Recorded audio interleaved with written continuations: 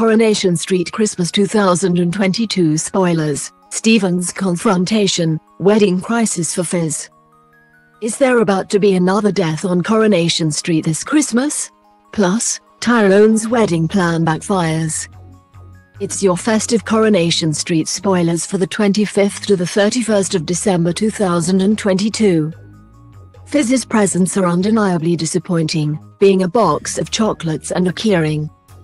But Tyrone has big plans and shares a secret grin with the girls. Read more, Emmerdale Christmas spoilers.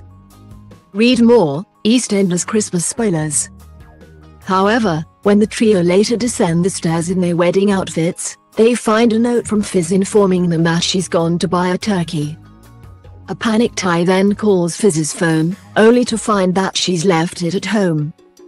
But after consulting Chess and Gemma, they instruct him to head to the hotel while Bernie and Dev wait for Fizz. The trouble is, Fizz's car breaks down on a country road and, without her mobile, she's left looking for a phone box. Tyrone, meanwhile, is left telling the guests that the wedding is off and that they ought to just head to the Rovers for the buffet. Fizz, though, has stopped a passing walker by the name of Chris and explained the state of affairs. Will he come to her rescue?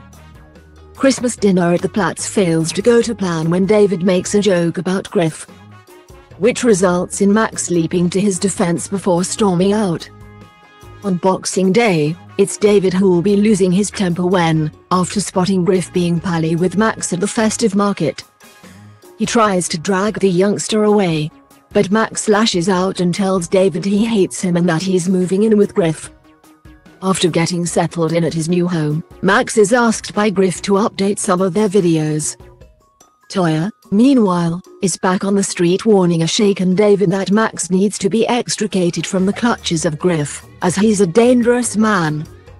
There's pressure for Stephen on a number of fronts, the biggest threat coming from Leo's dad Teddy, who's back in town with news that his son never arrived in Canada. And, what's more, the texts he sent came from Weatherfield. Teddy intends to break the news to Jenny. But as he crosses the road, he's hit by a van. Teddy is then taken to hospital, where he soon takes a turn for the worse.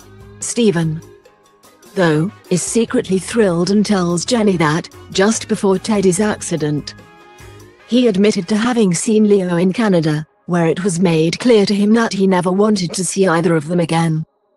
Stephen's lies also look set to spiral when he's confronted by Gail, who's been on the phone to Gabrielle. Sarah and Michael, meanwhile, resign from the factory, only for a squirming Stephen to subsequently break the news that he can't find the cash to fund their venture. Todd is left jealous when Sean announces that he and Lawrence are off to the Peaks for the night. But upon their return, Lawrence decides to discuss the situation with Todd, commenting that it's clear he doesn't like him and would welcome the opportunity to change his mind. Over a bottle of wine, the atmosphere improves, but Todd then leans in for a kiss. And when he later says that the flirting was mutual, Sean is left apoplectic. Summer calls at Mike and Esther's house and hands them an envelope containing her wages. It's an act that results in the building of bridges, and Summer ends up telling the pair that she's prepared to talk to their solicitor about surrogacy.